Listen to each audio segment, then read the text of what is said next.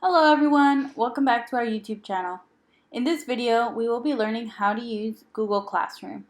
Google Classroom is being used in the Franklin McKinley School District for kids in grades 4 through 8. The platform is so students can communicate with their teachers as well as submit and receive assignments from teachers. In order to log on to Google Classroom, your student will need their email assigned by the school. It will be their first initial with their last name, followed by some random numbers at fmsd.org. It should look something like this. The first step will be to log on to this email.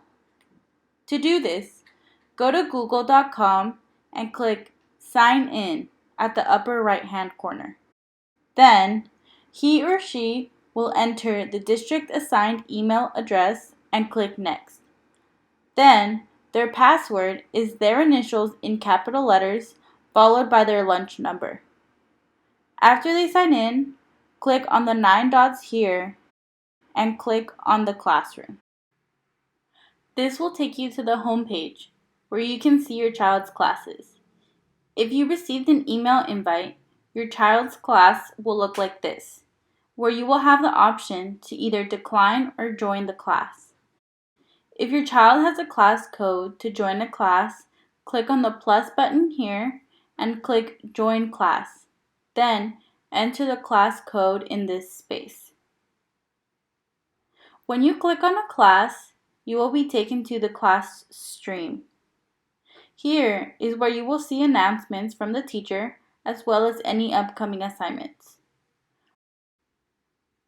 Under classwork, you can see all assignments, questions, and quiz assignments on the page.